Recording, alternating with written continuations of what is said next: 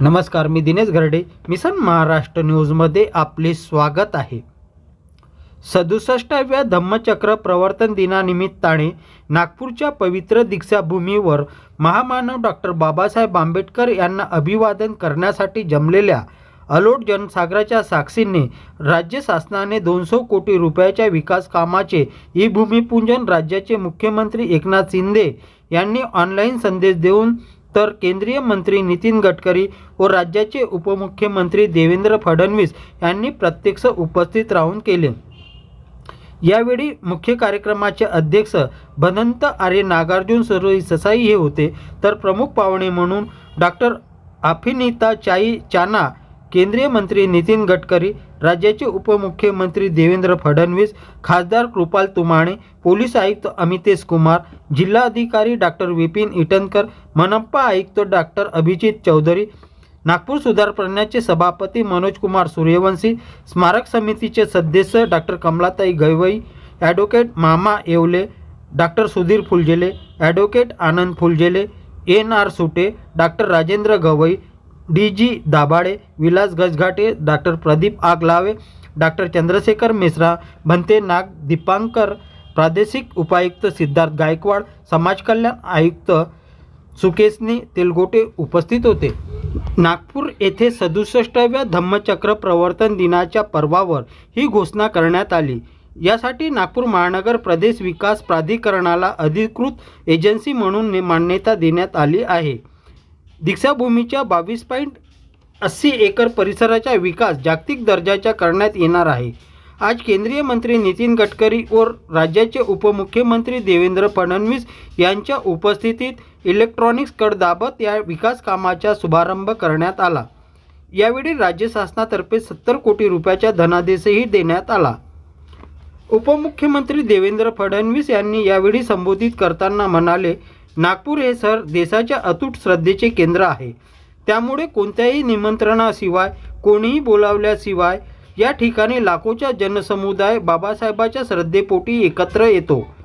त्यामुळे या ठिकाणी जे काही निर्माण होईल, जे काही बनेल ते भव्य असेल, ते जागतिक दर्जाचे असेल. जगातील बौद्ध धर्माचे विचारक ज्यावेळी या ठिकाणी महामानवापुढे नतमस्तक व्हायला येईल, त्यावेळी त्यांना या ठिकाणच्या सोयीसुविधा जागतिक दर्जाच्या मिळतील. दीक्षाभूमीचा विकास हा माझ्यासाठी भावनिक विषय आहे. दीक्षाभूमी माझ्या मतदारसंघात आहे, त्यामुळे 200 कोटीचा हा विकास जागतिक दर्जाचा होईल, असेही त्यांनी यावेळी स्पष्ट केले.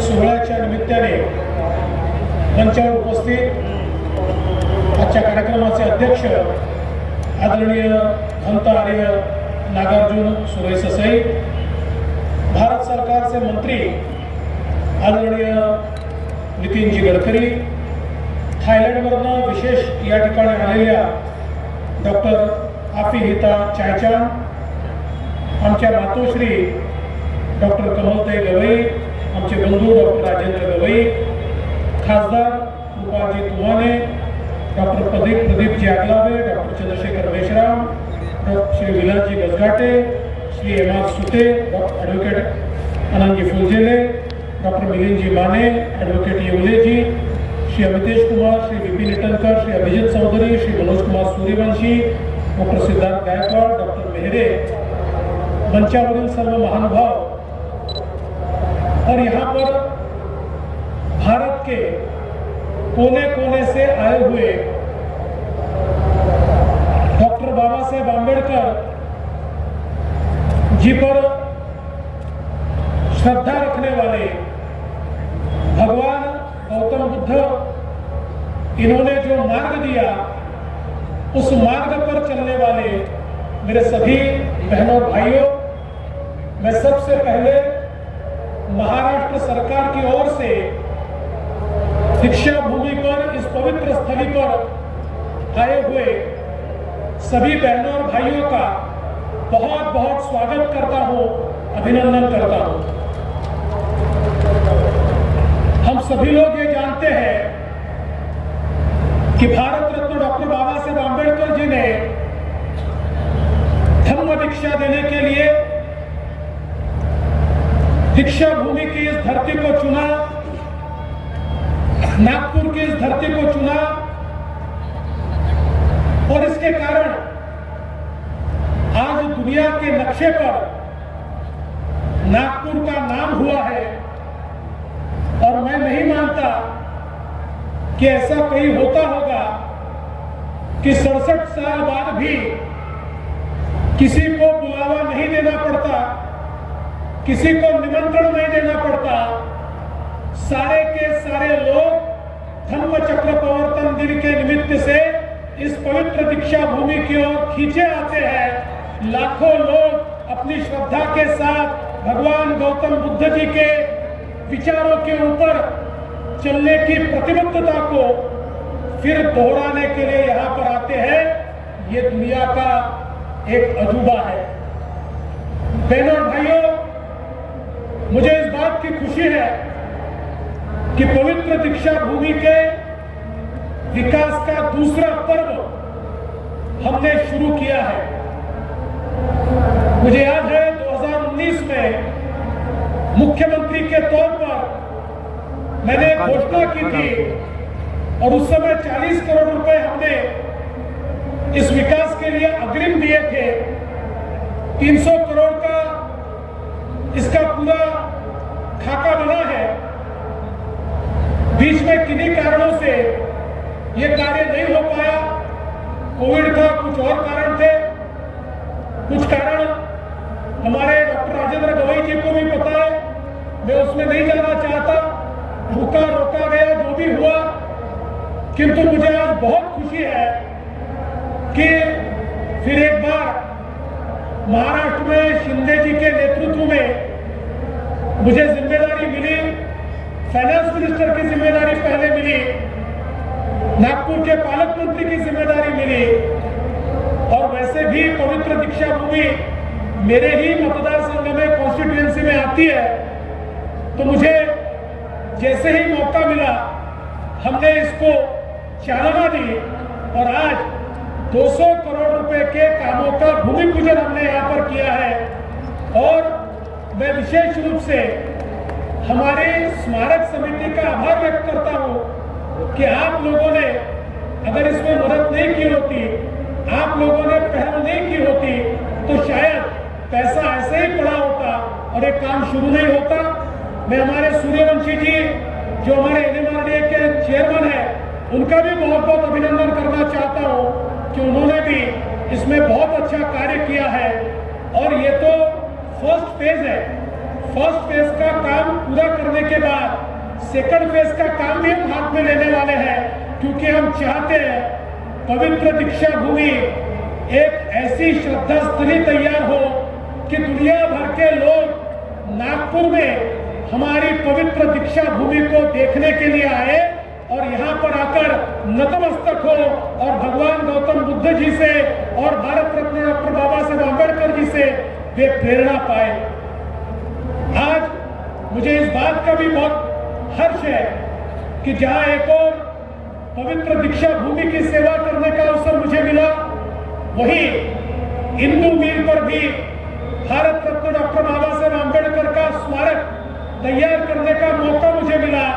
और उस समय भारत के प्रधानमंत्री मोदी जी से हमने इंदू मिल की जगह पूरी की पूरी स्मारक के लिए ली।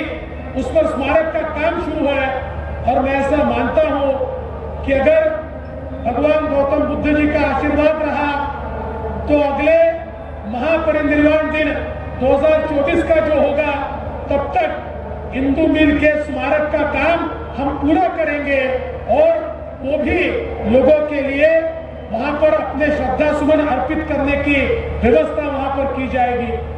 मुझे इस बात की भी खुशी है कि मुख्यमंत्री के रूप में लंदन में जहां पर भारत रत्न डॉक्टर बाबा साहेब आम्बेडकर रहे और रहकर उन्होंने पढ़ाई की, वो घर नीलामी में निकला था। और जैसे ही हमें पता चला, हमने तय किया कि महाराष्ट्र की सरकार इस घर को खरीदेगी। हमने उस घर को खरीदा और वहां पर हमने डॉक्टर बाबा साहेब आम्बेडकर जी के जीवन से जुड़ी हुई कई नायाब इस प्रकार के आर्टिफैक्ट्स रखे हैं और उसको एक म्यूजियम में परिवर्तित किया है। अब लंदन में कोई भी जाता है तो वहां पर भारत रत्न डॉक्टर बाबा साहेब आम्बेडकर जी के घर पर जाकर वहां पर दर्शन लेता है। तो एक प्रकार से वहां पर भी एक भारत रत्न डॉक्टर बाबा साहेब आम्बेडकर जी का स्मारक तैयार किया। जापान में भी कोयासान में भारत रत्न डॉक्टर बाबा साहेब आम्बेडकर जी की मूर्ति की प्रतिष्ठापना हमने जापान के कोयासान विद्यापीठ में की और मुझे बताते हुए बहुत खुशी होती है। मैं अभी जापान गया था, कोयासान विद्यापीठ ने मुझे डॉक्टरेट तो दी, लेकिन जब मैं वहां के कोयासान यूनिवर्सिटी के वाइस चांसलर जी से बात कर रहा था तो उन्होंने हमारे आर्य नागार्जुन सुरई सोसाइटी की याद निकाली और उन्होंने कहा कि मेरे बहुत करीबी ऐसे भदंत नागार्जुन सुरई सोसाई पिछले कई दशकों से भारत में बौद्ध धर्म का प्रचार और प्रसार कर रहे हैं। तब मैंने उनको कहा कि हमारे नागपुर के वो भूषण है और आज हमारे बीच वो यहाँ पर अध्यक्ष के रूप में उपस्थित है। तो मुझे ऐसा लगता है कि उनकी कीर्ति ये पूरे भारत में ही नहीं तो पूरे विश्व में फैली है। और मुझे लगता है इसका एक कारण ये है कि भारत रत्न डॉक्टर बाबा साहेब आम्बेडकर जी ने हमें जो धम्म दिया, एक ऐसा धम्म जिसने पूरी दुनिया को बिना युद्ध के जीता, जिसने पूरी दुनिया को विचारों से जीता। और आज हम कहीं पर भी जाते हैं, साउथ ईस्ट एशिया में जापान चले जाए, कोरिया चले जाए, जितने भी विकसित देशों में हम जाते हैं, ये सारे के सारे विकसित देशों में हमको वहां पर भगवान गौतम बुद्ध का धम्म दिखाई देता है और वो अपने विकास में भगवान गौतम बुद्ध के धम्म का जो वहां पर एक बहुत बड़ा योगदान रहा है उसके बारे में सारे लोग बात करते हैं।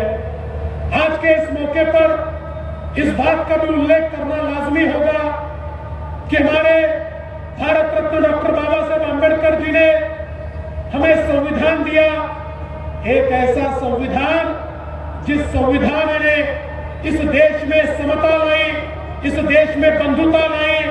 भारत का संविधान भारत रत्न डॉक्टर बाबा साहेब आम्बेडकर ने जिस समय दिया, उस समय भगवान गौतम बुद्ध के धम्म में जिस प्रकार के तत्वों का उल्लेख किया गया है, उन्हीं तत्वों के आधार पर भारत का संविधान तैयार हुआ। इसीलिए मैं ये मानता हूं दुनिया का सबसे अच्छा संविधान अगर कोई होगा तो मेरे भारत का संविधान, मेरे बाबा साहेब आम्बेडकर जी ने तैयार किया हुआ संविधान है।